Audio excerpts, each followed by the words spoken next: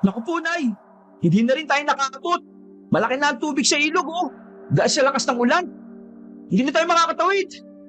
Kahit halos tumakbo na tayo papunta dito eh. Para maabutan natin. Yung pwede tayong tumawid, kaso wala rin. Paano na yan? Kapag ganyan, tsak na bukas na tayo nito makakauwi sa atin eh. Lagpas tao na yung tubig sa ilog, oh. Saka, ang lakas ng agos. Hindi na po natin kakayanin yan. Tapos may mga dala pa tayong gamit. Magpalipas na muna tayo dito, anak. Bumalik tayo doon sa nilagpasan natin na bahay. Makisilong tayo doon habang nagpapatila ng ulan at naghihintay na humupa ang baha. Sige po, Nay. Siguro, magpaalam na lang tayo para hindi naman natin magulat yung may-ari ng bahay. Sige. Mabuti pa nga. Tara na. Naglakad uli pabalik ang mag-ina. Pinuntahan nila ang bahay na nasa gitna ng palayan. Tumuwid sila sa pilapil. Mabagal lang ang kanilang paglakad dahil masyado madulas ang lupa. Bukod doon ay malakas ang buhos ng ulan na nagpapahirap sa kanila na tingnan ang daraanan. Nang marating nila ang bahay na yon, kagad na kumatok si Aling Mila sa pintuan. Tahimik ang bahay na parabang walang tao. Sarado rin ang pinto at mga bintana. Wala ring alagang aso ang nakatira sa bahay na yon. 3:00 pa lang ng hapon kaya sinaway na ni Hobie ang ina. Ama na po, Nay. Baka po natutulog sila. Nakakaistorbo pa tayo eh. Kaya na lang natin. Mamaya, gigising din sila at magtatanong kapag nakita tayo. Hindi naman siguro masama na sumilog tayo dito sa balkon nila. Sige, ilapag mo na lang dito sa gilid yung mga dala natin. Maupo na lang tayo dito habang naghihintay na tumila ang ulan. Talasan mo ang mga mata mo. At ang sa akin ay talagang malabo na. Tingnan mo kung may ang truck, ha. Makisabay tayo kahit hanggang sa pagtawid lang ng ilog. Sige po, Nay, ako na pong bahala. Magpalit na muna kayo ng damit. Di ba may dala ka naman pamalit natin? Baka mamaya magkasakit kayo niyan. Ikaw, hindi ka ba magpapalit? Masaka rin naman. Ay, hindi po. Sayang ang damit eh. Lalabas ako mamaya kapag may nakita akong truck. Tatakbuhin ko para mapara ko kagad. Sige, ikaw ang bahala. Pero kapag giniginaw ka na, magpalit ka ng damit, ha? Opo, Nay. Mahigit 1 oras na ang nakalipas at patuloy lang sa pagbuhos ang malakas na ulan. Wala rin silang nakikitang truck na dumaraan. Tahimik lang silang naghihintay habang nakasilong sa bahay. Maya-maya, biglang bumukas ang bintana. Sumilip ang isang babae na nasa 40 na ang edad. Sino sila? May kailangan mo ba kayo? Ay, magandang umaga, iha. Kami ay nakikisilong lang. Naabutan kami ng paglaki ng tubig sa ilog kaya hindi kami makatawid. Naghihintay kami ng truck na darating para makasabay. Ayos lang ba kung dumito muna kami? Pasensya na, ha. Kung naabala ka namin, mukhang natutulog pa yata kayo eh. Nakaistorbo ba kami? Ay naku, Nay, hindi ho. Sadyang nagising na ho talaga ako. Kanina pa ho ba kayo? Pasensya na, ha. Baka tumatawag kayo kanina. Hindi namin kayo narinig. Ay, ayos lang, iha. Kami nga itong nakaistorbo eh. Basa ho ba kayo? Pumasok po muna kayo at makapagpalit ng damit sa banyo. Anak niyo po ba siya? Mukhang ginaw na po, oh. Ay, oo, si Hobie. Ay, ako nga pala si Shyla. Sandali lang ho, bubuksan ko ang pinto. Ipagtitimpla ko na rin kayo ng kape. Pas po kayo. Ay, nako, maraming salamat. Napakabuti mo naman. Ako naman si Nanay Mila. Pagbukas ng babae ng pinto, tumambad sa kanila ang mabilog nitong tiyan. Ilang segundong natigilan ang mag-ina nang makitang buntis ang babae. Inuwasan nila ang matingnan ng tiyan ng babae. Kaya dumiretsong ting nila sa loob ng bahay. Pasensya na ho kayo, ha. Hindi na ako nakakapaglinis ng bahay kaya makalat. Kahit ang magwalis hindi ko na magawa dahil hirap na ako yumuko eh. Kabuanan ko na ho kasi. Ay, kabuanan mo na ba? Mukhang wala kang kasama dito sa bahay, ah. Nasaan ang asawa mo? Nandyan lang ho, Nay Mila. Sinutuho yung hilot. Kami lang ho ng anak kong si Butchoy ang nandito sa bahay. Butchoy? Nakakatuwa naman ang pangalan ng anak mo. Ay, nasaan siya? Nasa kwarto ho, natutulog pa. Ay, ganun ba? Hopi, huwag ka maingay anak. May natutulog na bata. Hindi naman ako nagsasalita na eh. Kayo itong kwento ng kwento eh. Ay, nako, ayos lang po yan, Nainila. Maya-maya gigising na rin ho si Butchoy dahil baka wala na siyang may tulog sa gabi. Hobi, magpalit ka muna ng damit sa banyo para hindi ka magkasakit. May dala ba kayong damit? Kung wala, ikukuha kita ng damit ng asawa ko. Ay, meron no. Hindi naman ho basa ang damit namin na pamalit eh. Dahil naka-plastic. O sige, magpalit ka na. Nandun ang banyo. Ipagtitimpla ko kayo ng kape. Sa malamang ho Nainila, bukas pa ho kayo makakatawid ng ilog. Kapag ganitong malakas ang ulan at baha, bukas na ho yan huhupa. Hapon na rin ho, at baka dumana yung truck packet sa bundok. Ay nako, makakaabala pa kami sa inyo, nakakahiya naman. Wala ho yun. Kahit siguro kami ang nasa kalagayan nyo ngayon, baka ganito rin po ang gagawin ninyo. Ay, oo, tama ka. Ay, teka, maiba ko. Ngayon ba ang kabuwanan mo? Oo, Nay. Sumasakit-sakit na nga ho yung tiyan ko eh. Kaya sinundunan ng asawa ko yung hilot para matingnan ako kung kailan ba talaga lalabas itong baby. Kasi kung ngayong gabi, dapat nandito na ang hilot para mag-antabay. Patingin nga ako ng palapulsuhan mo. Pupulsahan kita para malaman natin kung talaga bang lalabas na ang bata. Aba, marunong ho pala kayong magpulso? Eto po, Nainila. Sige nga, pakipulsahan niyo nga ho ako.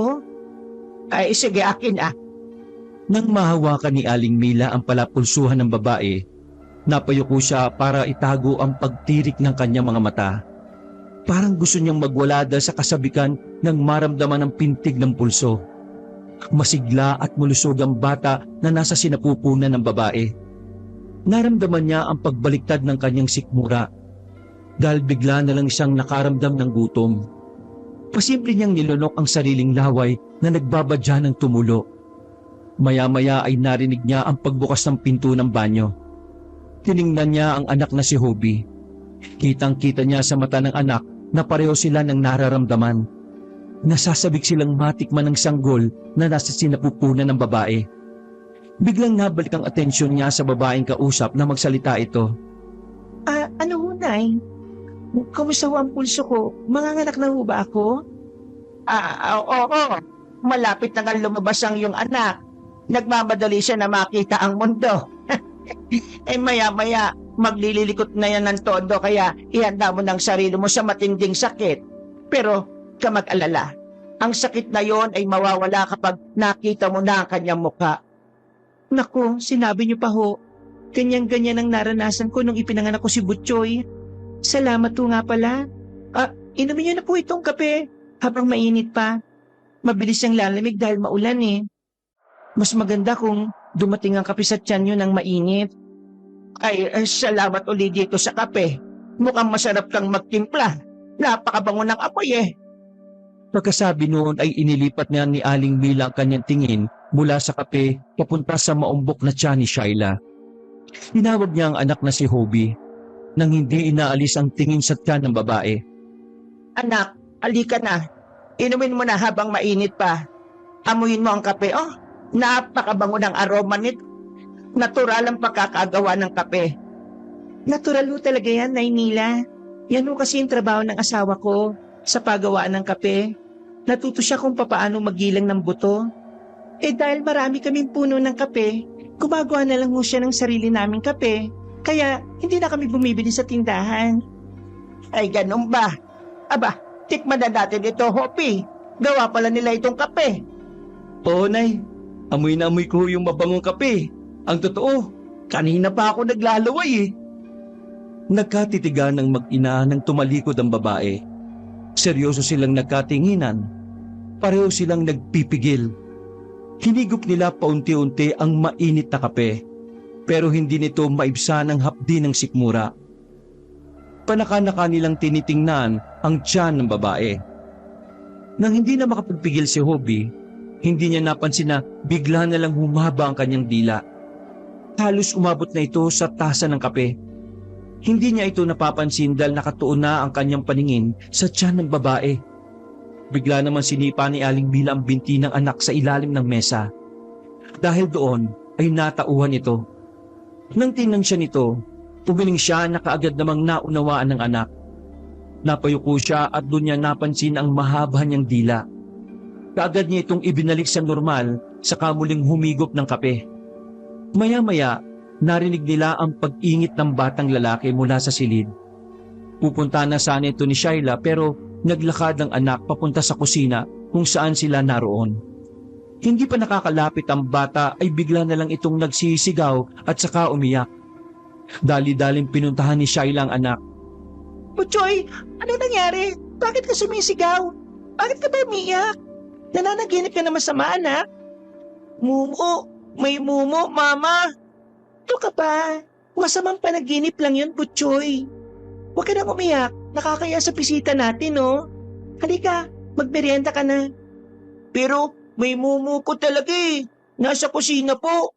Kita ko po talaga ang kuko nila. Mahaba po, tsaka matulis. Tapos, mabalahibo po yung kamay nila. Sino ba sila? Bakit sila nandito sa bahay? Ano ka ba, Butchoy? Nananaginip ka lang kaya akala mo sila yung napanaginipan mo. Nakakaya. Tumimik ka na nga. Ay, nako, Nanay Mila. Hobby, pasensya na ho sa anak ko ha. Naalimpungatan ho kasi baka nananaginip lang na masama. Ay, ayos lang ho yun, Ate Shaila. Ganyan din ho ako nung bata pa ako eh. Kapag may bisita si nanay noon, ang tingin ko talaga sa kanila eh, halimaw o kaya aswang. Pakiramdam ko nga noon, pumunta sila sa bahay kasi kukunin na ako eh. Tapos, lagi pa nila ako niloloko noon na ibibigay ako kapag iyak ako ng iyak. Tapos, lolokohin ako ng bisita na kakainin daw niya ako. Kaya yun, humihinto ako ng pag-iyak. Oh, nakita mo na, Butchoy? Hindi sila mumu. Bisita sila. Nagpapalipas lang ng oras. Nasaan po ba si Papa? Wala pa nga eh. Ang tagal niya. Kanina pa siya umalis eh.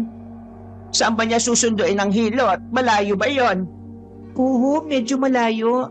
Doon sa kabilang purok pa kasi nakatira. Saka matanda na yung si Nana Loleng eh. Baka nagpapatila rin ng ulan. Mahirap na kasing maglakad ang matanda. Baka madulas. Yun nga rin ho, kaya huminto na rin kami ni nanay sa paglalakad eh. Baka kasi madulas siya. Alam niyo naman ang matatanda na, kapag napilay, mahirap nang hilutin yung buto dahil marurupok na. Ay naku, totoo yan. Kaya palagi mong ingatan ng nanay mo ha, Hobby. Dahan-dahan lang kayo sa paglalakad. Maliit pa naman ang pilapil namin, baka mahulog kayo sa pitak. Pinaupo na ni Shaila ang anak na si Butchoy sa upuang katabi ng mesa. Saka nito iginayak ang merienda ng bata. Hindi naman mapakali na Nanay Mila at Hobby dahil naglilipat-lipat ang tingin ng bata sa kanila na parabang hinahanap nito ang nakitang mahahaba at matutulis nilang kuko. Dahil sa kalokohan naman ni Hobby, bigla niyang pinanlisikan ang bata ng kanyang mapupulang mata. Dahil doon, umiyak ng napakalakas si Butchoy at nagsumbong sa ina. Ano ka ba naman, Hobby? Huwag mo nga binuburo ang bata. Ang hilig-hilig mo talaga magpayak ng bata. Tigilan mo nga yung pang-aasar. Pasensya na ho, Nay. Wala kasi akong kapatid kaya natutuwa ako kay Butchoy eh. Tumigil ka na nga sa pag-iyak mo, Butchoy. Manilulak pala ng kuya Hobby mo eh. Eto, magmerienda ka na lang. Tinatakot niya ako, Ma, oh. Ang pula-pula ng mata niya kanina eh. Pinipiro ka lang. Ikaw naman, napakayakin mo.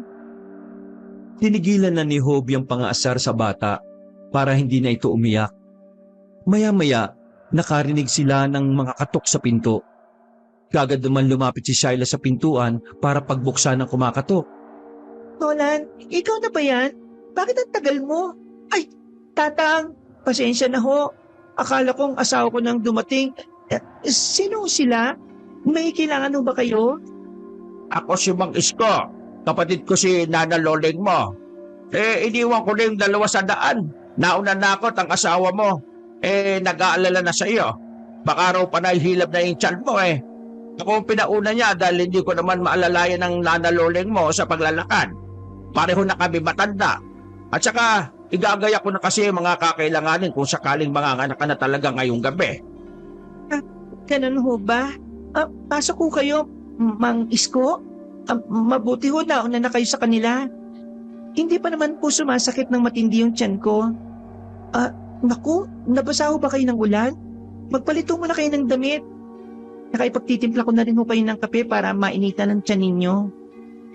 May bisita ka pala. Opo, sina Nanay Mila at saka anak niyang si Hopi. Naabutan ng pagbaha sa ilog kaya hindi na nakatawid eh. Nakaw, bukas pa uhupa ang baha. Kapag ganyang malakas ang ulan at bumaha ng malaki, tsak talaga bukas pa yan uhupa. Yun na nga ho ang sabi ko sa kanila eh. Dito na magpalipas ng gabi. Sandali lang ho, Mang Isko, at ipagtitimpla ko ho kayo ng kape ha. Sige, salamat. Dito na rin ako kayo sa kusina para mainitan kayo. Nagpapaapoy ako ng kalan eh. Ayos na ako dito sa sala. Nang dumating ang matandang lalaki, hindi na mapakali sina Aling Mila at Hobi. Palihim nilang tinitingnan ang matanda. Pero ganun din ang ginawa nito. Nagtatapatan sila ng matatalim na tingin nang dalhin ni Shaila ang kape ng matandang lalaki. Bumulong na si Aling Mila sa kanyang anak. Anak, alerto ka. Naamoy ko ang matandang yan. Palagay ko, hindi yan kasama ng hilot na sinundo ng asawa ni Shaila. Opo, Nay. Siya rin siyang aswang, pero hindi kagaya ng lahi natin. Pinupunti rin niya ang sanggo sa sinapupunan ni Ate Shaila. Ama ka, mamaya, lalabas na rin ang totoo. Ano pong gagawin natin? Kailangan natin siyang maitaboy dito. Mag-isip tayo ng paraan. Nanahimik ang mag-ina at nag-isip kung paano nila maitataboy ang matandang lalaki. Nang marinig ni Aling Mila ang sinabi ng matandang lalaki na pupulsa nito si Shaila, kagad siyang tumayo at nagpunta sa sala. Naupo siya sa upuang katapat na matandang lalaki. Katatapos ko lang siyang pulsuhan, maayos naman ang lagay ng bata. Hindi pa naman nagbabadya na lalabas na siya. Mukhang ayaw ng batang lumabas ngayon. Siguro pwede mo nang salubungin ang kapatid mo at sabihin bumalik na lang kayo bukas o sa susunod na araw para hindi na mahirapang dumiretso pa dito ang inyong kapatid. Sa tansya ko, baka nakalagpas na sila sa kalahatian ng lakaran eh. Saka, kahit sabihan ko siya, hindi rin niya makikinig. Kilala ko ang kapatid kong iyon. Likas na sa kanya ang mag-alala. Diretso pa rin siya dito para siya mismo ang makakita ng personal kung talaga bang manganganak na ang buntis o hindi pa. Bakit parang bigla kang nananaboy? Hindi naman sa ganon. Malakas ang ulan. Mahirap maglakad sa mga kagaya nating matatanda na. Magagalit yun sa akin. Ang bidin niya, mauna na ako. Kailangan ng bantay na mag-ina dito. Malapit nang gumabi, baka may aswang na umaaligid sa bahay na ito. Ay, ganon ba? May aswang pala dito. Kung ganon, mabuti at nandito kami ni Hopi. Kaya naming lumaban sa aswang. Naku po, bakit naman napunta na sa aswang yung usapan nyo? Kung naniniwala lang ako sa aswang, baka nagsisigaw na ako sa takot. Matagal na ako kami nakatira dito. Ipinanganak ko si Butchoy dito at hindi naman ako inaswang. Saka ilang buwan ko nang pinagbubuntis ang nasa tiyan ko. Hindi naman ako dinadalaw ng aswang. Wala akong aswang dito sa lugar natin. Wag ko kayong mag-alala. Ay, tama ka nga, Shaila. Ito kasing matandang lalaki na ito gumagawa ng kwento niya. Pero kung totoo man ang aswang, pues, humanda siya sa akin. Abay, hindi ko siya aatrasan. Ako rin, hindi ako aatras. Kailangan bantayan ng pagkain ang balat nilang solohin, biktimahin. Kahit matanda na ako malakas pa rin ako at maliksi kumilos. Kung ganon, matatakot sa atin ang aswang na pupunta rito. Hindi ka nga dapat mangamba, Shaila. Kayang-kaya naming labanan ng aswang. Wala nga akong aswang dito. Kayo talaga, Mang Isko, Nanay Mila. Siguro nga nung kabataan nyo, may aswang. Pero ngayon wala na. O paano? Payuhan ko muna kayo at ako'y magluluto ng hapunan natin. Tsak na pagdating ng asawa ko, gutom yun at giniginaw Ipagluluto ko siya ng masarap na tinola na kanyang paborito. Hopi, pwede ba kitang mautusan sandali? Pasensya ka na Hindi kasi ako pwedeng lumabas ng bahay dahil maulan Oo naman po, Ate Shaila. Ano bang iutos nyo? Pumunta ka sa likod bahay. Manghuli ka ng manok. Marami kaming alagang manok doon. Manok? Oo, manok. Ay, hindi ka ba kumakain ng manok? O hindi ka marunong pumatay? Naku, paborito ko ang manok, ate. Kayang-kaya ko yan. Pero nakakaya naman. Mag-abala ka pang magkatay. Ayos lang yan. Paminsan-minsan lang naman eh. At saka, ngayon lang uli ako nagkaroon ng bisita at bagong kakilala dito sa baryo. Mula kasi nang nagbuntis ako, hindi na ako ganong naglalabas ng bahay eh. O sige na, manghuli ka na. Tapos, katayan mo na rin ha. Sige, ako na ang bahala, ate. Sandali. Sasamahan na kita. Baka hindi ka marunong pumili ng matabang manok. Masarap yung mataba para pag nagmamantika, masarap humigop ng sabaw. Biglang nagkatinginan ng seryoso ang dalawang lalaki. Nakaramdam ng inis si Hobie sa matanda. Alam naman niya na pareho sila ng punteriya, pero hinayaan na lang niya ito dahil nakita niya ang pagsenya sa kanya ng ina na payagan na ang matandang lalaki. Pagkalabas nila ng kusina, sinundan sila ni Aling Mila ng tingin. Sinadyang harangan ng matandang babae ang pintuan para hindi makita ni Shyla kung ano ang nangyayari sa dalawa sa likod bahay. Alam niyang magpapambuno ang mga ito roon.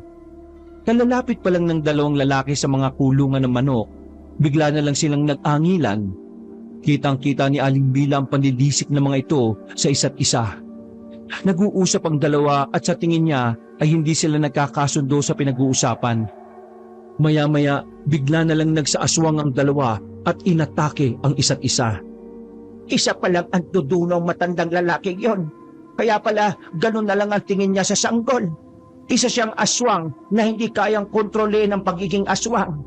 Kapag nakakita siya ng pagkain, tiyak na gagawin niya ang lahat para makuha yon. Nawala ang atensyon niya sa dalawang lalaking naglalaban sa likod bahay dahil nakaamoy siya na nagpapabaliktad ng kanyang sikmura. Nangagilapan niya ito ng tingin, nakita niya si Shyla nang naghihiwanan ng Ricardo para sa kanyang lulutuin. Nanlaki ang kanyang mga mata nang makita ang napakaraming bawang na hinihiwa ng babae. Parang napakarami mo namang hinihiwa ng bawang. Amoy na amoy na yan sa buong bahay. Masarap po kasi yung tinolang manok kapag iginisa sa maraming bawang at sibuyas at saka luya. Gustong-gusto ng asawa ko yung ganun eh. Ay, oo nga pala. Papapakuha na rin ako ng tanglad sa dalawa. Ay, ako na ang kukuha. Mukhang hindi nila kasundo yung mga manok. Nahihirapan ba silang hulihin? Sandali lang. Kukuha ako ng tanglad. Titingnan ko na rin sila. Dali-daling lumabas ng bahay si Aling Mila. Laking pasalamat niya dahil nagkaroon siya ng dahilan para lumabas at nang hindi maamoy ang bawang. Nilapitan muna niya ang dalawang lalaking naglalaban. Hoy, tama na yan. Tumigil na kayong dalawa. Gusto niyo bang wasakin ang mga kulungan?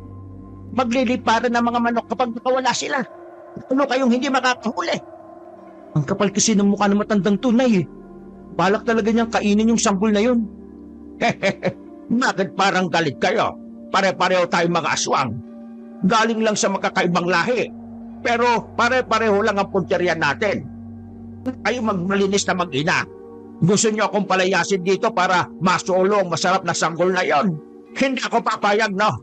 Kayo nga ang nauna sa bahay na to. Pero hindi naman ako aangal kung maghahati-hati tayo sa kanila habang wala pang asawa niya at sinundo itong hilot. Pwede na natin silang pagpiestahan. Sa inyo na yung mag-ina, sa akin na yung sanggol sa tiyan ng babaeng yon. Sanggol lang naman ang gusto ko eh. Huwag mo kami itulad sa'yo. Oo, aswang kami. Pero nakokontrol namin ang sarili namin. Hindi na kami kumakain ng tao ngayon. Sanay na kami sa hayop lang. Naging mabuti sa amin ang babaeng yun. Kaya hindi namin hayaan na mabiktima mo sila. Kung ayaw mo katayin kita kagaya ng manok, umalis ka na dito. Hindi niyo ako matatakot. Mga sira palatok niyo eh. Aswang ako. Hindi niyo ako mapapaniwala. Kapag umalis ako, magpipiyesta kayong dalawa. Hindi pwede. Manghahalo ang balat sa tinalupan. Kung ayaw niyong makipagkasundo sa akin, pues, katayan tayo. Kung sino ang mananalo, sa kanya lahat ng pagkain. Abay, sira ulo ko talagang kaswang ka. Nay, ipabayo niyo sa akin ang matandang ito. Ako magtuturo ng leksyon sa kanya. Maglalaban pa sana ang dalawa nang marinig ang boses ni Shyla na tinatawag sila. Biglang naging abala sila sa paghuli ng mga manok sa kulungan. Mabilis din silang nakapagpalit anyo bilang tao. Nakahuli na kami ng manok. Kakatayin na namin to dito. Maganda ka na lang ng tubig na mainit para sa pagbabalahibo sa mga manok. Sige ho. Akala ko kasi nahihirapan kayo manghuli. Pasensya na ho May ilap talaga yung mga manok na yan eh. Kay Nolan lang kasi ho yan maamo. Sige ho. Pagkahuli nyo dalhin nyo rito at kumukulo na ang tubig. Sige ho ate. Saglit lang ito. Tumahimik na kayong dalawa ha. Ikaw naman matandang lalaki. Binabalaan kita. Wala kang magagawa sa pamilyang ito hanggang nandito kami. Subukan mo lang silang pagtangkaan. Hindi talaga ako magdadalawang isip na itarak sa liig mo ang matulis kong kuko. Bilisan na ninyo ang ginagawa ninyo at kukuha na rin ako ng tanglad. Matapos bumalik ni Aling Mila sa loob ng bahay, sumunod na rin ang dalawang lalaki. May dala silang tigalawang manok na mga wala ng buhay. Teka, ano nangyari sa tiyan ng mga manok? Bakit ganyan kayo pagka magkatay? Di ba dapat sa ligang gilid? Bakit sa tiyan? Nasaan ang mga laman loob? Ha? Kasi tinanggal namin at itinapon eh. Kailangan mo ba yun, Ate Shaila? Naku, tinapon nyo. Sayang naman. Masarap sa tinolang atay at balon-balunan eh. Di ba kayo kumakain nun? Yun nga ang pinagtiyagaan ko eh. Po? Hindi. Ang ibig niyang sabihin, ate, pinagtiyagaan niyang tanggalin. Iniwasan kasi namin na masira ang katawan ng manok kaya kinuha namin ng laman loob. Naku, pasensya ka na. Kumakain pala kayo ng laman loob? Sa amin kasi, hindi eh. Tinatapon lang namin yun eh. Ay, hindi kayo kumakain? Di bale, hayaan niyo na. Ayos na yung laman ng manok na lang. O sige, pakibalahibuan niyo na ha. Kumukulo na yung tubig eh. Pwede niyo nang ilubog doon. Sige, ate. Habang nagsisikilo sila sa kusina, hindi na mapakalisin ng Mang Isko at Toby. Parang gusto na nilang lumabas dahil sa tindi ng amoy ng bawang. Nakatiwangwang lang ang mangkok na may bawang sa ibabaw ng mesa, kaya kalat na kalat ang amoy sa buong kusina. Nagpipigil ng pagduwal ang dalawang lalaki. Panay rin ang takip nila ng ilong ng palihim. Habang si Aling Mila naman ay nagpupunta na lang sa sala para makaiwas sa amoy. Pero panaka-naka siyang tumitingin sa kusina. Nakita niyang halos mapasigaw na sa galit si Mang Isko nang hawakan nito ang kutsilyo. Namumula sa galit ang matandang lalaki pero nagpipigil pa rin ito. Puno ng katas ng bawang ang kutsilyo na yon dahil ginamit ni Shaila sa pagtadtad ng bawang. Nagpigil naman ng tawa si Aling Mila at Hobby nang makitang lapnos na ang palad ni Mang Isko. Pero kahit gano'n ang kalagayan niya, pinilit pa rin niyang hiwain ng mga manok na tapos nang mabalihibuan ni Hobby. Nang matapos sila, iniwan na nila si Shaila sa kusina dahil magsisimula na itong mag-isa. Pag-upo ni Mang Isko sa upuan sa sala, kinantsawan kagad ito ni Aling Mila. Kumusta ang palad mo? Nako, hindi pa yan ang makukuha mo. Kaya kung ako sa'yo, aalis na lang ako. Tama ho, Mang Isko. Umalis ka na po. Tapos ano? Susuluhin nyo sila. Tumahimik nga kayo. Ang mabuti pa, lapain na natin sila ngayon pa lang. Pag ako hindi nakapagpigil, lalapain ko talaga ang babaeng yan. Sige, subukan mo.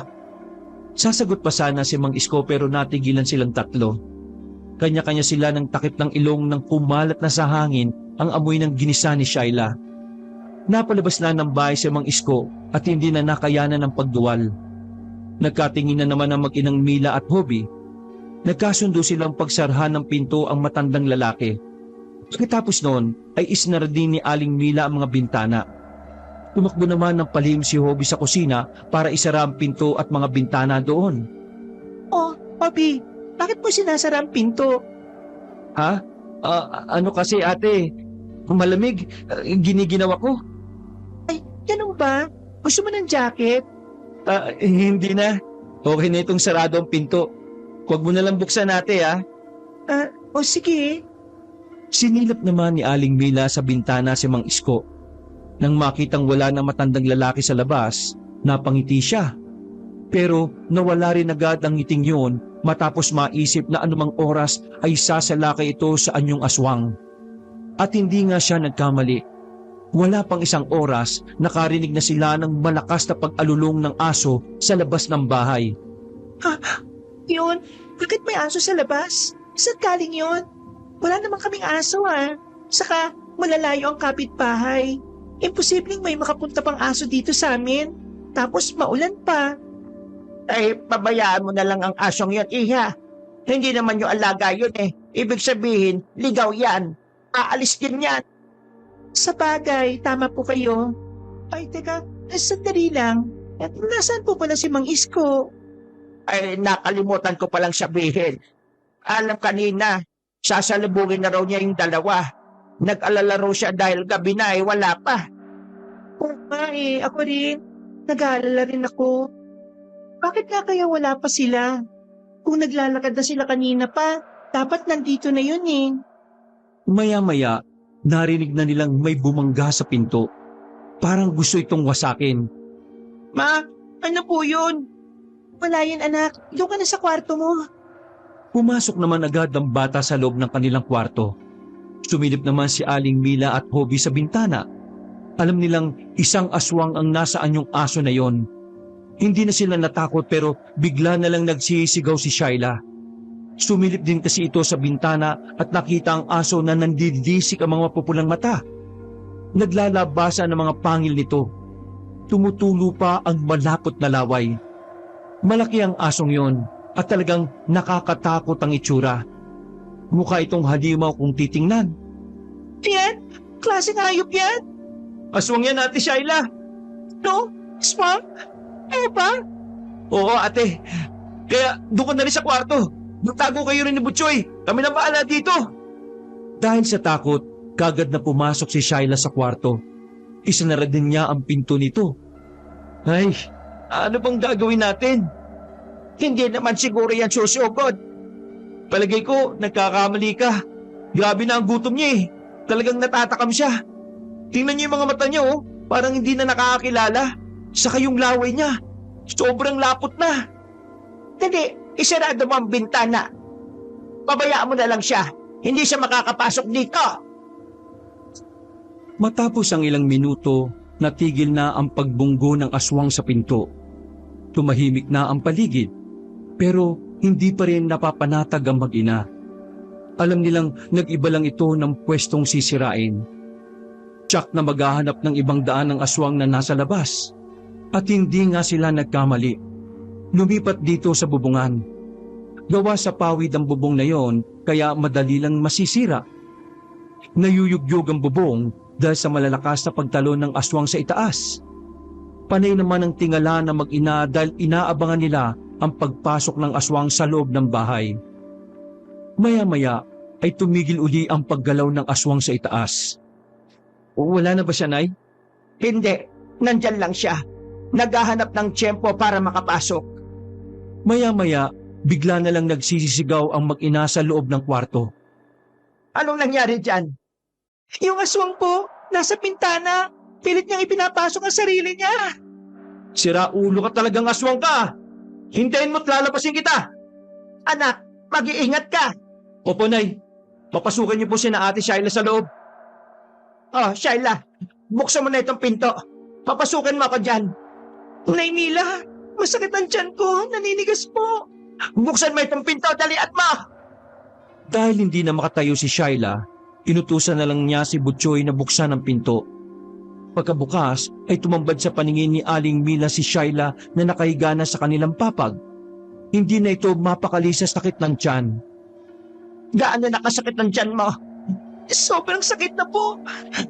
Akin na kamay mo, pupulsaan kita. Mukhang manganganak ka na. Ho? Pero wala pang asawa ko. Wala pang hilot. Marunong ko ba kayo magpaanak? Hindi ko alam. Pero nandito na tayo Wala na tayong magagawa. Alimaw! May dalawang alimaw sa labas na nag-aaway. Nakakatakot sila, Mama. Huwag mong tingnan ng mga halimaw na nag-aaway. Pabayaan mo silang mag-away dyan, Butchoy. Lumayo ka sa bintana. Isara mo yan. Opo. Ang tagal naman nila, Papa. Nasaan na ba sila? Natatakot na ako, Ma. Napayak na si Butchoy nang makitang nahihirapan ng kanyang ina. Lumapit siya dito at yumakap. Ma, ano bang nangyayari sa'yo? Bakit ka umiyak? Bakit ka sumisigaw? Huwag ka mag-alala sa mama mo, Butchoy. Manganganak lang siya. Malapit nang lumabas ang kapatid mo. Halika, bantayan mo ang mama mo. Papakulo lang ako ng tubig. Nabubulabog sila ng mga pagbangga sa dingding ng dalawang naglalaban sa labas. Pagkasalang ng tubig sa kalan, sinilip ni Aling Mila ang anak niya mula sa bintana sa sala. Naibulalas niya ang pangalan ni Hobby nang makitang duguan na ito. Malalalim ang mga sugat ng kanyang anak dahil sa pakikipaglaban sa aswang na si Mang Isko. Nagsaaswang na rin si Hobby kaya kahit papaano kaya niyang tapatan ang pag-atake ng kalaban. Pareho ng sugatan ng dalawa, pero ayaw magpatalo ni Mang Isko. Gusto niya talagang pumasok sa loob ng bahay. Lalo pang umatungal sa pagkabaliw ang matandang aswang dahil naamoy niya ang sanggol na malapit ng lumabas.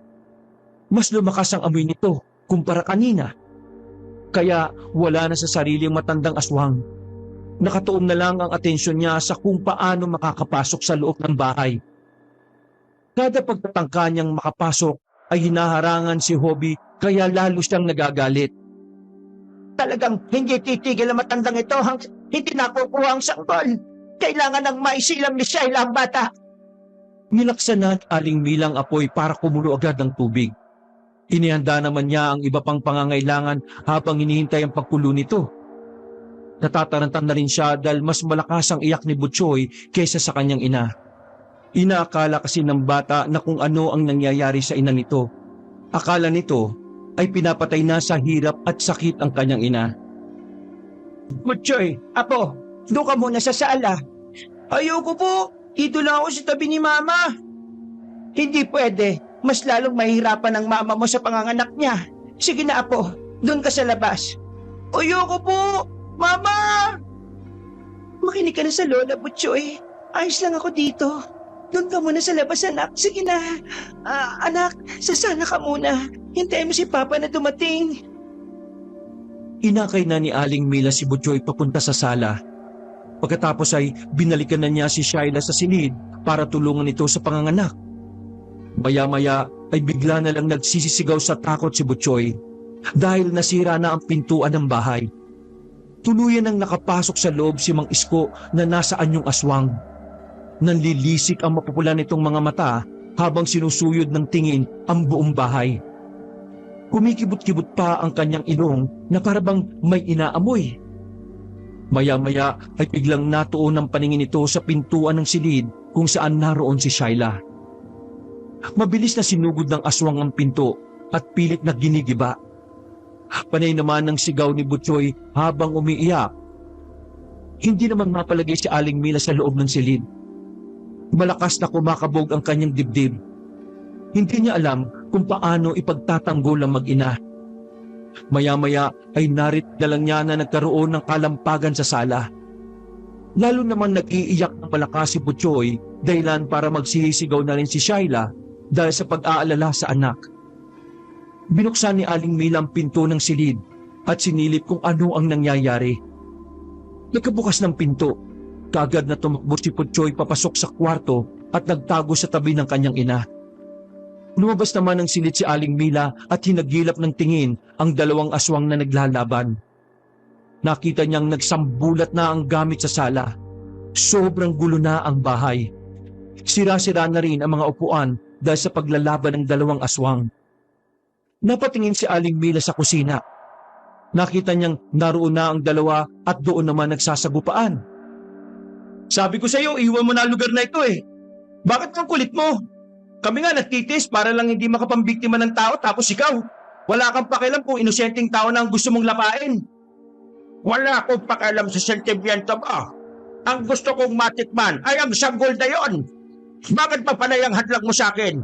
Hindi mo naman yan kaano-ano ah. Tumabi ka. Hindi. Patayin mo muna ako bago ka makapasok sa loob ng silid na yon. Eh di bibigay ko ang gusto mo. Papatayin kita. Hindi na malaman ni Aling Mila ang gagawin. Hindi niya alam kung paano tutulungan ang anak. Pilit niyang mapunta sa kalan.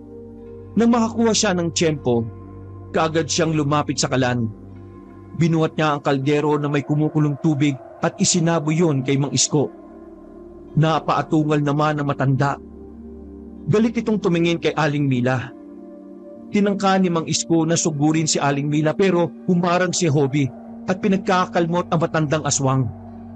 Dahil sa inis ni Mang Isko at sa hapdi ng pagkalapnos ng balat niya, tumalon siya sa bintana para makatakas.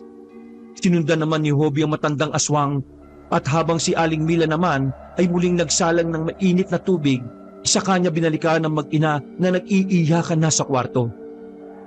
Tumakas na ang aswang. Huwag na kayo matakot. Hindi na ba yun babalik? Sana nga'y hindi na. Pero alam kong hindi papayag ang anak ko na bumalik pa dito ang aswang na yon. Hindi niya yun titigilan. Salamat, Nay Mila. Sana dumating na ang asawa ko. Bakit kasi ang tagal nila? Darating din sila. Pupulsan mo na kita, ha? Patigin ang pulso mo. Mukhang huminaho ng kaunti ang sangkol sa tiyan mo. Pati yata siya ay natakot din sa mga aswang pero malapit ka na rin manganak. Huwag mo pipigilan ang paglabas ng anak mo, ha? Kamamaya lumagpas pa yan sa araw. Pinaglakad-lakad muna ni Aling Mila si Shaila para matagtag ang tiyan nito. Ilang minuto pa ang lumipas nang makita ni Shaila na may naglalakad papalapit sa kanilang bahay. May dala itong sulo. May Mira!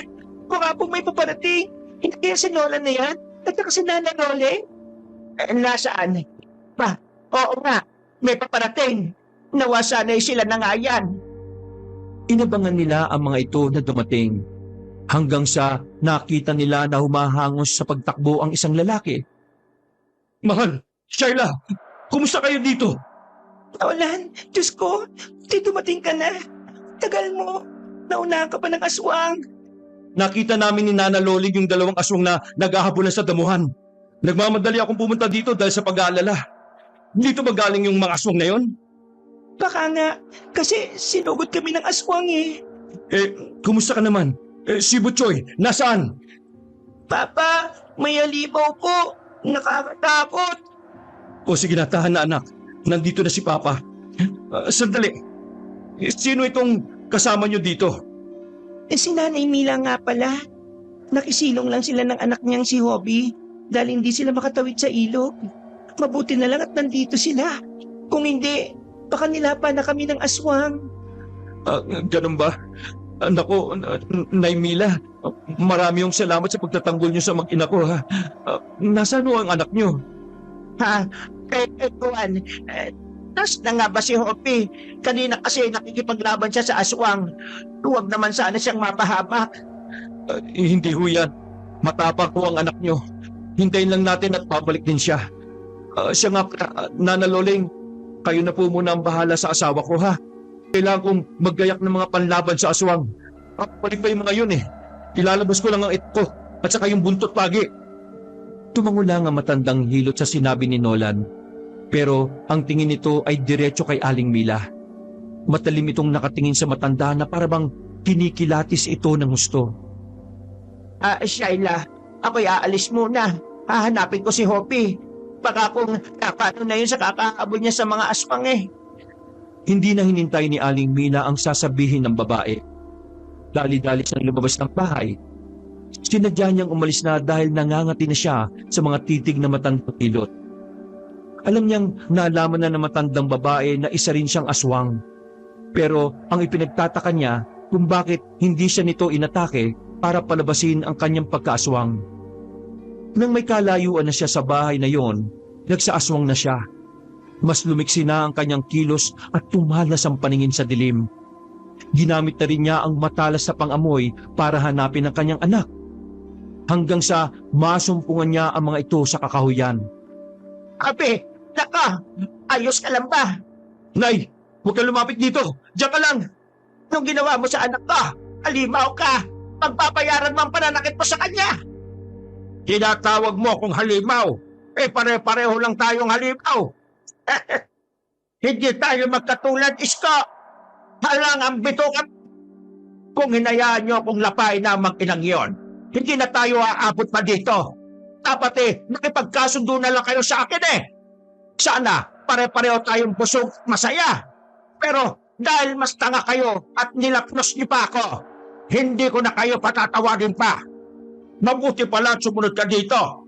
Pagsasabihin ko na kayong dalawa, kayo na lang ang gagawin kong hapunan. Kung kaya mo. Kahit sugatan na si Hobie, ay nilalabanan pa rin niya ang matandang aswang. Tinulungan naman ni Aling Mila ang anak. Sabay nilang inatake si Mang Isko. Pero nagsapusa naman ang matanda, kaya mas dumiksi ang kilos nito. Patalon-talon nito sa kanila at kapag nakakalapit ay inuundayan sila ng mga kalmot. Hindi nila mahuli ang matandang lalaki kaya naubusan ng pasensya si Hobie. Hindi kasi sila kagaya ng ibang aswang na kayang mag-anyong hayop. Ordinaryong aswang lang sila. Itsurang tao pa rin. Humahaba lang at tumutuli sa mga pangil at kuko dahil ito ang ginagamit nilang panghuli at pagkain ng mga hayop. Nang dumapo si Mang Isko sa sanga ng isang puno, nagsatao siya at saka humalakhak ng malakas. Nakita niyo na? Hindi niyo ako magawang tapatan kasi magkaiba tayo. Mababang uri lang kayo ng mga aswang. Hindi niyo nga magawang magpalit ng anyo eh. Tapos ang lakas ng loob niyong labanan ako. Hangalan! Dapat sa kagaya niyo, pinapatay na. Kasiraan kayo sa lahi ng mga aswang. Bumaba ka dyan! Tapusin na natin to ngayon. Hindi ka rin namin tatantanan. Dahil kapag iniwang ka namin, sigurado babalikan mo uli sila. Pero bakit pinakain sa inyo ng babaeng yon? Parang umamo naman kayo sobra sa kanila. Nagpauto kayo. Eh kapag nalaman nila aswang kayo, kasusuklaman din naman kayo ng mga yon. Hindi nila titingnan na kabutihang nagawa nyo sa kanila. Aswang pa rin kayo sa kanilang paningin. Hindi kayo dapat kumakampi sa mga tao. Tayong mga aswang ang magkakalahi. Pero hindi tayo magkatulad, Isko. Hindi kami kumakain ng tao. Tao rin naman tayo. Magkakaiba lang tayo ng taglay na kapangyarihan. Hindi tayo nanlalamang sa kapwa. Ah, talaga ba? Itinuturing niyong kapwa mga yon? Pwes, nagkakamali kayo ng piniling kapwa. Tatapusin ko na kayo ngayon at pagkatapos, pabalikan ko sila. Ngayon lang uli ako makakatikim ng sanggol. Kaya ko naman kainin ng sanggol na yun nang hindi nila namamalayan eh. Pero sa ngayon, buburahin ko muna kayo sa landas ko. Pagkasabi nun, ay biglang nagsapusa uli si Mang Isko at tumalon kay Aling Mila. Lumapag siya sa ulo ng matandang babae at saka pinagkakakalmot ang mukha nito. Nagsisigaw naman si Aling Mila dahil sa hapdi ng mga sugat na dulot ng kalmot. Galit niyang hinabol ang pusa tsaka sinakal ng mahigpit. Ibinaon naman ng pusa ang mga kuko nito sa braso ni Aling Mila. Ito ang naging dahilan kaya ipinalibag ng matandang babae ang pusa. Tumama ito sa isang nakaumbok na bato na naging dahilan ng kanyang pag-igik. Bumalik sa anyong tao sa Mang Isko. Sumugod naman si Hobie pero pagkalapit niya ay malakas na kalmot ang isinalubong ng matandang lalaki. Napaatungan ng malakas si Hobie. Napalayo siya at napatingin sa kanyang dibdib. Sobrang lalim ng sugat na yon. Walang hiya ka talaga. Hindi kita mapapatawad sa ginawa mo sa anak ko. Kasalanan mo yan, tanga. Huwag kang manisi. Pinaibabawan ni Aling Mila ang matandang lalaki saka pinagkakakalmot ito sa muka, pababa sa leeg at dibdib. Nang makakuha naman ng tiyempo si Mang Isko, sinakal niya si Aling Mila. Unti-unti pa niyang ibinaon ng matulis na kuko sa leeg ng matandang babae. Dahilan para mapasigaw siya sa sakit. Nay! Walang iya ka talaga. Bitiwan mo ang nanay ko! Mabilis na sinugod ni Hobie si Mang Isko at pinagsusuntok ito sa muka. Nabitiwan naman ng matandang lalaki si Aling Mila. Halos maubusan naman ng hininga ang matandang babae nang lumayo sa dalawa. Hawak niya ang kanyang leeg para pigilan ang pagsirit ng dugo roon. Habang pilit niyang ginagamot ang sarili, panaka-naka niyang tinitingnan ng dalawang naglalaban. Halos hindi na gumagalaw si Mang Isko dahil sa kasusuntok ni Hobie. Ibinuhos talaga ng binata ang galit niya at hindi na inisip kung mapapatay niya ang matanda. Tinigilan lang niya ito dahil pagod na siya sa kakasuntok. Nang makita niyang hindi na gumagalaw ang matandang lalaki, lumayo na siya at tumabi sa ina. Ayos ka lang po, Nay. Ang sugat niyo, malalim ba? Oo, anak. Malayo ito sa bituka. Ayos na ako. Ang alalahanin. Gagamutin po kita. Lalawayan ko mga sugat niyo. Ako na. Kaya ko na ito. Marami ka ring sugat. Gamutin mo na ang sarili mo. Galingin natin ang ating mga sarili. Mabuti tumila na ang ulan. Sumandal muna tayo sa punong iyon. Sige po, Nay. Tulungan na po kita maglakad. Inalalayan nila ang isa't isa habang palapit sa puno. Daan-daan silang naglalakad. Maya-maya ay napasigaw si Aling Mila. Nang tingnan ni Hobby kung bakit, nakita niyang bumangon pa pala si Mang Isko at binigyan ng malalim na kalmot si Aling Mila sa likod. Bumagsak ng paluhod ang matandang babae sa lupa. Lalong namula sa galit ang mga mata ni Hobby. Nanlilisik siyang tumingin sa matandang lalaki. Humaba pa ng bahagya ang mga pangil niya at tumulis pa ng husto ang mga kuko. Kasabay ng malakas na atungal, sinugod niya si Mang Isko. Pinagkakakalmot niya ito pagkatapos ay inuntog ang ulo niya sa ulo ng matanda. Bumagsak sa lupa ang matandang lalaki at ang tanging nagawa na lang nito ay titigan si Hobby. Galit na galit ang binata. Pinaibabawan niya ang matanda saka pinagsusuntok. Pagkatapos ay muling umatungal at saka niya dinukot ang puso nito. Tumitibok-tibok pa ang puso habang hawak niya sa kanang kamay. At katindi ng galit niya, dinurog niya ang puso hanggang sa naging pino at unti-unting nahulog sa lupa. Dapat hindi ka nalang bumangon eh. Hindi sana, buhay ka pang walang yaka. Pagkakataon mo na sanang magbagong buhay eh. Pero pinaiksi mo lang ang buhay mo. Siraulo ka. Nay! Nay! Nang mahimasmasan siya, ay kaagad niyang tinakbo ang ina. Hinanghina na ito dahil sa lalim ng mga sugat. Binuhat na niya si Aling Mila at isinandal sa puno. Umiiyak niyang dinilaan ng mga sugat nito. Walang tigil din siya sa pagkausap sa ina. Nay! Kausapin mo lang ako! Huwag kang bibitaw! Magsalita ka lang po! Huwag kang pipigit, Nay, ha? Sa magsalita ka lang kahit mahina. Basta, madinig ko lang po ang boses ninyo. Huwag niyo po akong iwan, Nay. Bakit ka ba umiiyak? Malayo sa bituka ang mga sugat kong ito. Uwi na tayo, anak. Gusto ko na rin makapagpahinga. Opo, Nay. Sumakay na po kayo sa likod ko. Uuwi na po tayo. Isinampa na ni Hobby si Aling Mila sa kanyang likod. Saka sila naglakad pabalik sa bahay ni Shaila. Habang naglalakad, naramdaman niyang bumigat na ang ulo ng kanyang ina. Nawala na ito ng malay dahil sa pagod at dami ng mga sugat. Binilisan niya ang paglalakad at halos takbuhin na rin ang kalsada. Pagdating sa bahay na sinilungan, ay kinalampag niya ang pinto. Si Nolan ang sumalubong sa kanila. Oh, anong nangyari? Napaano ang nanay mo? Sinugod po kami ng aswang. Tulungan niyo po ang nanay ko. Malalalim ang sugat niya eh. Kailangan po niya magamot. Nakawan niyo na po. Halika, tumuloy kayo. Bilis! Magagamot ni Nana Loling ang mga sugat niyo.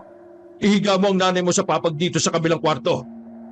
Kagad na sinunod ni Hobby ang sinabi ni Nolan. Pagkalapag niya sa ina sa higaan, narinig naman niya ang iyak ng sanggol na iniluwal ni Shaila. Napabugas siya ng hangin pagkatapos ay napangiti. Hinaplos niya ang mukha ng ina at kinausap ito kahit natutulog na. Nay, narinig niyo po yun? Nanganak na po si Ate Shaila. Nailigtas po natin yung sanggol. Nako, matutuwa ka po. Kaya magpagaling ka kagad ha, para makita mo yung batang yun. Lumabas din siya ng silid at nakiusyoso sa paglabas ng sanggol. Napangiti siya nang sinabi ng hilot na isang batang babae ang anak ni Shaila. Nang makaraos na sa panganganak si Shaila, ang ginamot naman ni Nana Loling ay si Aling Mila. Pagkatapos ay isinunod nito si Hobby. Nagtataka si Hobby dahil hindi umiimik ang matandang babae. Hindi ito nagtanong kung paano nila nakuha ang malalalim na sugat Nakinig na lang sila sa sinabi ni Shaila na ang mag-ina ang lumaban sa mga aswang habang wala ang kanyang asawa.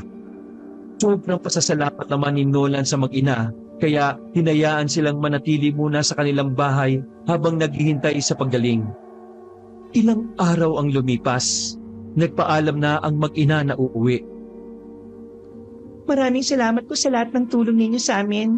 Sa susunod po at naabutan uli kayo ng paglaki ng tubig sa ilog. Bukas ang bahay namin ha. Pwede ho kayong makitulog ulit. Ay nako, maraming salamat sa inyong mag-asawa. Paano? Tutuloy na kami. Alagaan niyo ang mga bata ha. Hayaan niyo at datalo kami kapag may pagkakataon. Sige ho. Ingat po kayo sa pag-ahon sa bundok. Sige po, Kuya Nolan. Ate Shaila, tutuloy na po kami. Umalis na ang dalawa. Tahimik silang naglalakad at parehong malalim ang kanilang iniisip. Maya-maya ay nagsalita na si Hobby. Nay, napansin niyo yung mag-asawa? Alin doon? Para po kasing alam nila na aswang tayo eh. Parang hindi lang sila nagsasalita o nagtatanong. Napansin ko po kasi ilang araw tayong nandun sa kanila, hindi man lang nila tayo tinanong lang kung ano-ano. Tapos, yung mga kinakain natin, nilaga lang, walang kahit na anong pampalasa. Nung nag-ikot ako sa kusina, wala akong nakitang bawang at saka asin. Bakit kaya? Yung hilot na nag-anak kay Shaila. Palagay ko may kinalaman siya doon. Ho? Bakit mo naman nasabi? Nung unang nagtapat ang mga mata namin, alam kong nalaman niyang aswang tayo. Ang mga tingin niyang iyon, marunong siyang kumilatis ng aswang. At saka, hindi niya tayo ginamot gamit ang mga halamang gamot na ginagamit niya sa mga tao. Ang ginamit niya sa atin, lana. Hindi ito basta lana. Lana ito na ginagamit ng mga aswang para lunasan ng sugat. Kaya po pala. Siguro, dahil sa nagawa natin sa mag-asawang yun, hindi nila tayo hinusgahan kahit may alam na sila. Sabi ko na hindi lahat ng tao ay masama. Meron pa rin kagaya nila Ate Shaila at Kuya Nolan. Tama ka.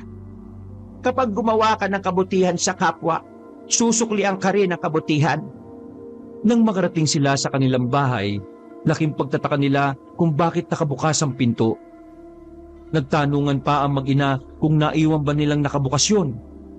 Pero pareho silang sumagot. Tsak na sarado yun nang umalis. Pagkapasok nila sa loob ng bahay, tumambad sa kanilang paningin ang magulong mga gamit. Parang pinasok sila na magnanakaw. Nay, hindi po magnanakaw ang pumasok sa bahay natin. Paano mo naman nasabi, anak? Tingnan niyo po yung mga gamit. Ang mga kahon na pinaglalagyan natin ng damit. May kalmot. Sigurado kong kalmot ito ng mahahaba at matutulis sa kuko. Pinasok tayo ng aswang. Yun din ho ang iniisip ko. Kung ganon, alam na ng pamilya ni Isko kung sino ang pumatay sa kanya. Hindi na tayo ligtas dito, anak. Kailangan na nating iwan ang lugar na ito. Lumipat na ulit tayo sa ibang lugar na titirhan. Hindi na natin kakayanin na labanan sila. Hindi rin ako papayag na mapahamak ka. Magmadali ka, Hobby. Igayak mo na ang mga importanteng gamit mo. Ngayong araw, aalis tayo. Sige, Nay. Magiyak na rin ho kayo ng mga dadalhin yung gamit. Binilisan nila ang pag-iimpake. Kaunti na lang ang mga gamit na kanilang binitbit. Pawang mga mahalaga lang ang kanilang dinala. Hindi na sila nag-aksaya pa ng oras. Kagad silang bumaba ng bundok. Habang naglalakad, nakakarinig sila ng mga ibong nagliliparan mula sa mga sanga ng puno. Wala namang malakas na hangin na pwedeng magtaboy sa kanila. Pero balisa ang mga ibon na parabang nabulabog ang kanilang pagsasaya.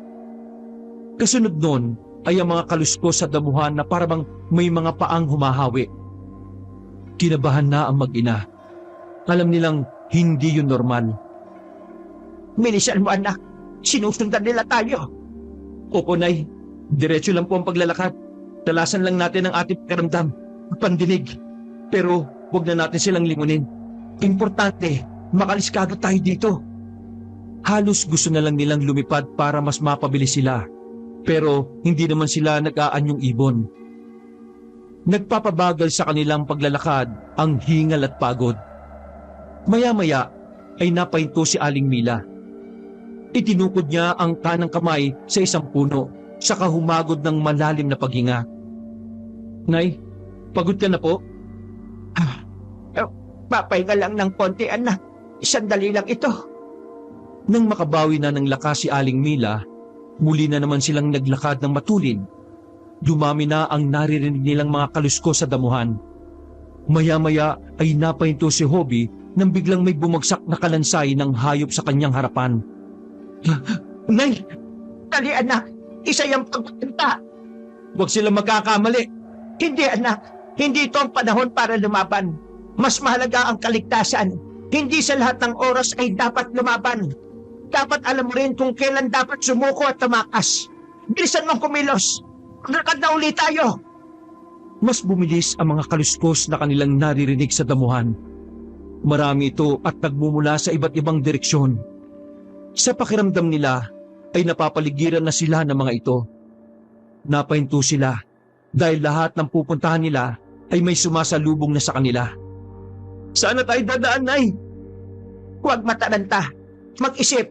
Hindi tayo pwede sa kakahuyan. Nagaan yung hayop sila. Mas mabilis sila sa lugar na yon. Tuntunin natin ang kalsada. Ayun! Nakikita mo ba? Nakikita ko! Opo, Nay. May grupo ng mga taong naglalakad sa bandang unahan. Mukhang bababa rin sila sa bayan. Sumabay tayo sa kanila. Hindi sila makakalapit dahil marami ang mga taong yon. At saka may araw pa. Hindi sila makakasalakay. Dali-dali nilang hinabol ang grupo ng mga taong naglalakad. Umalo sila sa mga ito. Habang naglalakad, patingin-tingin sila sa damuhan. May nakikita sila mga aswang na nakasilip mula sa mga damo. Nasaan yung baboy ramo ang mga ito? Matalimang tingin ang mga ito sa kanila. Ikinakaskas pa ang paa sa lupa para iparating ng mga ito ang galit. Labas na labas ang mga pangil ng mga ito at tumutulo ang malapot na laway. Lumikit si Hobby sa kanyang ina saka bumulong. Nay, nasa paligid sila. Nakatingin sa atin. Oo, nakikita ko nga. Pero hindi sila makakasugod. Hindi nila pwedeng ibisto sa mga tao ang kanilang sarili. Para na rin nilang sinabi na marami ng aswang ang naninirahan dito. Maalarma ang mga tao. Tutugisin sila. Kaya nagiging maingat din sila. Ang kailangan lang natin ay makaalis sa lugar na ito. Matapos ng mahabang paglalakad, nakababa na rin sila sa bayan. Nagpahinga muna sila sandali sa gilid ng kalsada habang naghihintay ng masasakyan. Ilang minuto ang lumipas. Dumana ang bus. Kagad itong pinara ni Hobby pagkatapos ay sumakay silang mag-ina. Sana po tayo pupunta ngayon, Nay. Matulog muna tayo, anak. Pagdating sa terminal, saka tayo mag-isip kung saan tayo pwedeng pumunta. Sige po, mauna na kayo matulog. Hindi pa naman ako inaantok eh. Sige, basta huwag kang mag-isip ng mag-isip. Higing maayos din ang lahat. Ang importante, nakaalis na tayo doon. Kaya nga po, ilang oras ang lumipas, nakarating na sila sa terminal. Tumambay muna sila habang nag-iisip. Hanggang sa magpasya na lang silang sumakay ng jeep at hinayaan ang kanilang sarili na dalhin kung saan sila makakarating. Bumaba sila sa ilang na lugar at saka naglakad-lakad. Inabot sila ng ulan at naghanap ng masisilungan. Nakakita sila ng isang bahay. Nakasilong sila doon. Nakailang tawag sila pero wala namang tao. Nakikisilong na naman tayo, Nay. Mukha bang nauulit lang ang lahat? Opo eh. Pero sigurado kung may magandang patutunguhan ng pagpunta natin sa lugar na ito. Hindi naman ako nakakaramdam ng panganib. Maya-maya pa'y nakita sila na mag-asawang parating. Ilang di pa ang agwat ng mga ito sa kanila. Pero nababakas na nila ang nakakunot nilang noo dahil sa pagtataka. Nang makalapit ang mga ito, kagad silang nagpakilala at nagpaalam na nakisilong lang. Naabutan sila ng ulan habang naghahanap ng bahay na pwedeng matuluyan. Titig na titig ang mag-asawa sa kanila. Kinikilati sila ng mga ito. Maya-maya'y ngumiti ang babae. Sinabi nitong mukhang may tinakasan sila sa lugar na pinanggalingan. Pagkasabi noon, ay naglabas agad ng pangil ang babae. Dahilan para malaman nilang ang mag-asawa ay kanilang kauri. Pinapasok sila sa loob ng bahay. Doon muna pansamantalang pinagpalipas ng gabi. Nagkwentuhan sila kung kaya't nakilala pa ang isa't isa. Nalaman nilang kagaya nila, dayo lang din ang mag-asawa sa lugar na yon. Kaya sinabi nilang naiintindihan sila ng mga ito. Kinabukasan, sinamahan ng dalawa sa amo ng mag-asawa dahil naghahanap pa ang mga ito ng trabador sa taniman ng tubo. Laking pasasalamat na mag-ina dahil ang mag-asawa ay hulog ng langit sa kanila. Malawak ang lupain ng kanilang amo. Pati ang bahay na kinatitirikan ng bagong kakilalang mag-asawa ay sakop pa ng lupain. Kaya pinayagan silang tayo ng kubo malapit sa bahay ng mag-asawa. Ito na po yata na yung sinasabi na bagong buhay. Sana nga talaga maging maayos na ang paninirahan natin dito, no? Sigurado yon, anak. May kapitbahay na nga tayong kauri natin. Tingnan mo, dumarating sila. Bakit kaya? Mukhang may dala po silang manok. Binati nila ang mag-asawa at tinanong kung ano ang kanilang sadya. Ibinigay sa kanila ng mag-asawa ang manok. Mula raw doon ay dadami ito at magkakaroon sila ng pagkain kakailanganin nila para sa patawid ng gutom. Labis ang kanilang pasasalamat sa mag-asawa dahil sa kabutihan ng mga ito. Isang gabi, nagising si Aling Mila dahil sa pagkalam ng kanyang sikmura. Pagbangon niya sa higaan, nagtataka siya dahil wala roon ng kanyang anak. Dali-dali siyang lumabas ng bahay para hagilapin ito. Nasaan na naman ba ang batang yon? Baka kung ano na ang ginagawa niya. Sigurado kumakalam din ang kanyang sikmura kaya lumabas ng bahay. Pero huwag naman sanang matutunan niya ang magnakaw para lang mabusog. Saan kaya siya nagpunta? Naglalakad-lakad siya para hagilapin ang kanyang anak hanggang sa dinala siya ng kanyang paa sa madamong lugar kung saan ay nakarinig siya ng mga kaluskos. Nang lumapit siya roon, nakita niya ang kanyang anak na nag-anyong aswang na at nanginginain ng manok. Abi, anak, saan mo kinuha yan? Ninakaw mo ba yan? Nay, kasi po, nagugutom ako Hindi ka dapat nagnanakaw. Pwede naman tayong maghanap ng mga ligaw na hayop sa gubat. Saan mo kinuha yan? Puntahan natin at humingi ka ng tawad. Kasi mga alaga yan na mag-asawa, nakakahiya anak. Halika na, pumunta tayo sa kanila. Pinuntahan nila ang mag-asawa sa bahay ng mga ito. Kakatuksa na sila nang marinig na nag-iingay ang mga alaga nilang hayop sa kulungan. Inisip nilang baka naroon na mag-asawa at naghahagilap ng nawawalang mga alaga. Pero pagdating nila roon, isang malaking aso ang naabutan nila at nilalapa ang mga manok. Sino ka? Alam kong aswang ka. Hindi ka taga rito. Ang lakas ng loob mong sumalakay dito Aba, nagagalit ka pa Ikaw na nga itong namimirwisyo. Ikaw pa itong galit? Humanda ka sa akin. Akong husband mo. Loko ka. Kagad na inatake ni Kobe ang malaking aso. Matapang din ang asong yun dahil nantaban ito. Nagpambuno ang dalawa dahilan para mag-ingay lalo ang mga manok. Nagising na ang mag-asawa at dali-daling pumunta sa kinaroroonan nila. Naabutan ng mga ito na nakikipaglaban si Hobie sa aswang. Biglang nag-anyong aswang na rin ang mag-asawa at tinulungan si Hobie na labanan ng dayong aswang. Natakot naman ang malaking aso kaya dali-dali itong tumakas. Pagkaalis ng aso ay kaagad nilang binisita ang mga manok. Halos nangalahati ang mga ito. Grabe, iba naman ang asong yun. Ang dami niyang kinain. Oo, pero may kasalanan ka rin. Kumain ka rin ng isa. Kaya humingi ka ng tawad sa kanila. Opo. Pasensya na po kayo Sobrang nagutom lang ako Pero hindi ko na po ulitin. Sa susunod, manghingi na po ako. Pasensya na po talaga. Mabait pa rin ang mag-asawa dahil naunawa ng mga ito ang kagutuman ni Hobie. Nagpasalamat din sila kaya binigyan pa si Hobie ng 2 manok. Hala, nakakaya. Sa susunod po talaga, di na ako magnanakaw saka padadamihin ko po talaga ang mga manok namin. Pangako po yun. Mabuti na lang talaga at mababait ang mag-asawa na ito. Marami talagang salamat sa inyo. Hayaan nyo at makakabawi rin kami sa inyo sa susunod. Matapos ang ilang kwentuhan, nagpaalam na rin sila. Pagka-uwi ng bahay ay pinagsaluhan ng mag-ina ang 2 manok na ibinigay sa kanila. Ilang buwan pa ang lumipas at nasanay na sila sa lugar na yon.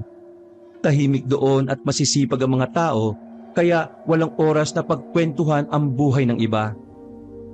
Dumami na rin ang mga alagang manok ni Hobie, kaya meron na silang pinagkukuhaan ng pagkain. Hindi na sila nagugutom, pero kagaya ng palaging aral sa kanya ng ina, dapat ay matutong magtipid. Nagsipag silang mag-ina sa pagtatrabaho sa tubuhan, kaya kahit papaano ay kumikita sila ng pera.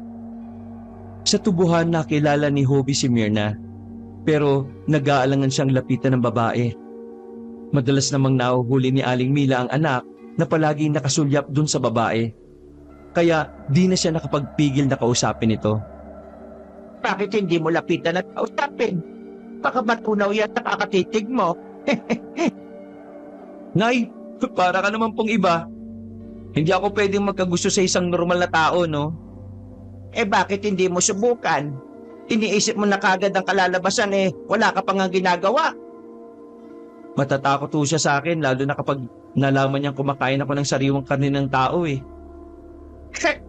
Di ka pa nga talaga marunong tumingin ng tao at hindi tao, ano? Kilalanin mong mabuti ang babaeng yan. Tsak naman na magkakasundo kayong 2. Malay mo, kumakain din siya ng sariwang karne kapag hating gabi. Nanlaki ang mata ni Hobie nang marinig ang sinabi ng ina. Dahil doon, nagkaroon siya ng lakas ng loob. Tuwing gabi, napansin ni Aling Mila na palaging umaalis ang kanyang anak. Kaya naisipan niyang sundan ito. Nalaman niyang pinupuntahan ni Hobie ang bahay ni Myrna, pero hanggang tanaw lang ang ginagawa ng kanyang anak. Hanggang isang gabi, nang sundan uli niya ang anak, nasaktuan niya na kumakain si Myrna ng alaga nilang manok. Bilog ang buwan kaya mas gutom ang mga kagaya nilang aswang. Marahang nilapitan ni Hobie ang babae. Dahil sa gulat naman ng dalaga ay muntik na niyang atakihin si Hobie. Pero kalaunan ay nagkaintindihan sila dahil ipinakita rin ni Hobie na kumakain din siya ng sariwang karne kagaya nito. Mula sa di kalayuan, nagmamatsyag lang si Aling Mila sa 2. Malapad ang ngiti niya habang pinagmamasdan ng kanyang anak na nakikipagbabutihan na sa babaeng yon. Mukhang nakakuha na ng kauri niya ang aking anak. Ay, masaya na ako para sa kanya. Hindi na ako mag-aalala kung sakaling maiwan ko siya dito sa mundo. Hindi na mag-iisa ang anak ko. Lumipas pa ang ilang linggo. Ipinatawag ang lahat ng manggagawa sa tubuhan. Sinabi ng kanilang amo na magdoble ingat pagdating sa mga alaga nilang hayop. Meron daw mga babangis na hayop na naglalapan ng mga alagang hayop. Natakot ang may-ari ng tubuhan dahil nabalitaan din ito na bukod sa mga alagang hayop ay nanunugod at pumapatay ng tao ang mababangis na hayop na yon, kaya pinag-iingat niya ang lahat. Sinabihan sila na wag nang magpapagabi sa tubuhan. Pagkatapos silang kausapin, kanya sila ng uwi. Dahil sa kalagayang aswang ni na Aling Mila, Hobie at Myrna, hindi naman sila natatakot sa balitang yun. Nagpapaabot pa rin sila ng gabi sa tubuhan dahil ang pag-ani nila ng tubo ay kota. Gusto nilang makarami para malaki ang kitain. Gabi na sila nang umuwi. Sa daan, nakakasalubong nila ang isang malaking aso. Ayan na naman ang asong yan. Mukha kasing hindi pa nakakakuha ng katapat kaya siguro malakas ang loob na pumasok ng hindi niya teritoryo Nay, Myrna, dito lang po kayo Ako nang bahalang humarap sa aswang na yan. Magpapakitang gilas ka lang kay Myrna Pero, sige anak, mag-iingat ka ha. May pagkalampa ka pa naman. Dahil naman. Bago pa makaporma si Hobie, nauna na siya ng malaking aso sa pag-atake. Tinunggaban siya kaagad nito dahilan para matumba siya sa lupa. Pinaibabawan siya ng aso at pilit na sinasakmal ang kanyang leeg. Itinutulak naman niya ang aso gamit ang kamay. Hanep, malakas ka ah. Siguro marami ka nakain ngayon ah. Pero hindi mo ako matatalo. Kapag siguro napatay kita, pwede kitang gawin naman tiyan ko. Kako ka, ipapahita mo pa ako kay Mirna ah. Hindi ko hahayaan yon. Nagsaswang na si Hobie at pinagkakakalmutan niya ang mabangis na aso. Pagkatapos ay pinagsusuntok niya ang sikmuran nito. Umalulong ang aso at dumaing sa sakit.